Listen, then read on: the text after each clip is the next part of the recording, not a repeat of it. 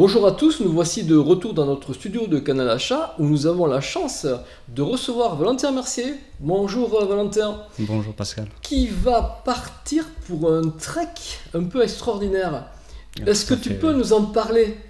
Donc c'est un trek qui va rallier Ajetmo jusqu'à Tromsø, donc en Norvège. C'est l'une des villes les plus au nord de la Norvège. Donc, je ferai ça à pied en solitaire à partir du 15 octobre.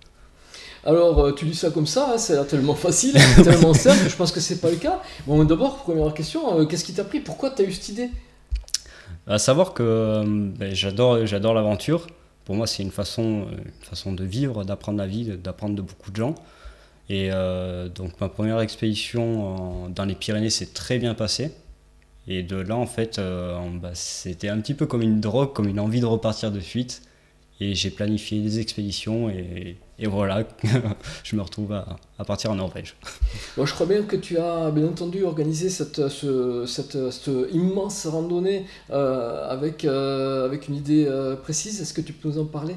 Oui, bien sûr. Alors, cette grande randonnée, on va dire, c'est en partenariat, entre guillemets, avec l'AOLI, l'association l'AOLI qui se bat pour les personnes atteintes du cancer.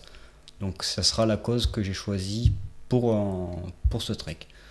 Alors bien entendu, il y aura possibilité de faire des dons. Hein. Je crois que vous êtes en train de préparer tout ça avec on va préparer tout ça, voilà, parce qu'il y a quelques petits soucis, donc on est en train de faire ça proprement, mais voilà, via une cagnotte éventuellement, ça on le saura un petit peu plus tard. Je crois que tu vas donc suivre ton voyage va être suivi. Tu vas partager sur TikTok. Comment ça va se passer? Alors moi avant tout je suis pas vraiment vidéaste, hein. J'apprends un petit peu sur le tas, j'apprends un petit peu de mes erreurs aussi, et ce que je veux transmettre c'est de l'émotion, de la passion avant tout, et voilà, prouver aux gens qu'on n'a pas besoin d'être Bear Grylls ou Mike Horn pour faire des choses absolument incroyables. Et tu vas donc nous faire partager ça avec quelques vidéos, peut-être qu'on aura la chance de recevoir et peut-être qu'on en partagera quelques-unes. Voilà, tout à fait. Le but en fait c'est vraiment de partager au maximum ce périple via des vidéos, via les articles. Voilà, on pourra retrouver cette aventure un petit peu partout sur les médias. Tu vas partir donc pour combien de temps? Alors ça reste des estimations, parce que j'ai choisi une très mauvaise saison pour cette aventure-là. Tant qu'à faire. La pire période. Donc ça sera en hiver, et donc certes l'Arctique fin de l'expédition, donc on reste sur le terme glacial, on va dire, mais entre 6 et 8 mois, c'est ce qui est prévu pour cette expédition-là. Quel pays vas-tu traverser? Alors je vais traverser donc la France, bien évidemment. J'arriverai en Allemagne, j'enchaînerai avec le Danemark, la Suède et ensuite le pays final, la Norvège. Tu comptes faire combien de kilomètres par jour? Toujours pareil, c'est suivant la météo et suivant le corps aussi, parce qu'il se trouve qu'il y a des jours où le corps il n'en peut plus. Donc ça sera entre 30 et 40 km pour essayer de respecter un maximum ces délais de 6 à 8 mois. Alors quand on part sur un trek comme ça, où c'est qu'on dort? Comment tu vas t'organiser?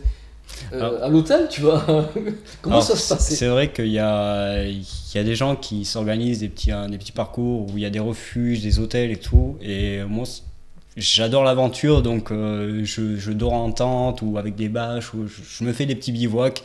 Et ces bivouacs-là ont été étudiés partout sur le parcours, bien entendu. Ah d'accord, donc il y a des étapes un petit peu qui sont prévues comme ça pour bivouaquer, et je suppose que bien entendu tu vas passer sur des GR, tu vas éviter les routes. Exactement, pour garantir ma sécurité aussi, hein, de me faire taper par un usager de la route. Mais quel est ces chemins, tu les as aussi sur l'Allemagne? Tu as aussi des itinéraires qui sont prévus jusqu'en Norvège, pas au Danemark, ou tu sais pas? À savoir qu'en Europe, c'est incroyable, parce que des sentiers de grande randonnée, il y en a partout, ils sont super bien balisés, et dans les pays scandinaves, ils sont à peu près pareils qu'en France. En France, on les entretient très très bien.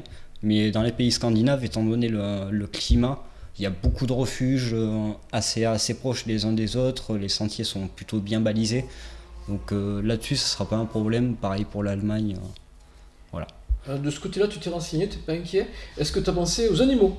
Est-ce qu'aux bestioles, là-haut les dans le Grand animaux, Nord? c'est vrai que dans les pays scandinaves, on peut rencontrer des ours. Ça reste rare. Il y a très peu d'accidents.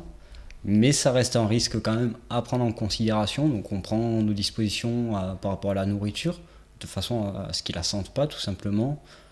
Pareil, il y a 2-3 petites astuces pour éloigner les animaux sauvages, pour dormir tranquillement et serein. Mais voilà, je connais les risques liés à la faune, mais il faut aussi la respecter. Qu'est-ce qui t'a attiré dans le cercle arctique? Pourquoi tu vas si haut? Pourquoi tu vas dans le froid comme ça?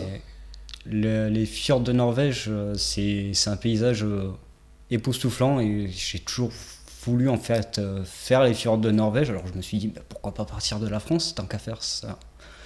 C'est une aventure, on va traverser plusieurs pays, on va voir des gens, on va découvrir. Bah, je suppose que tu as déjà fait des belles rencontres, je pense que tu en feras. C'est ça qui te motive aussi?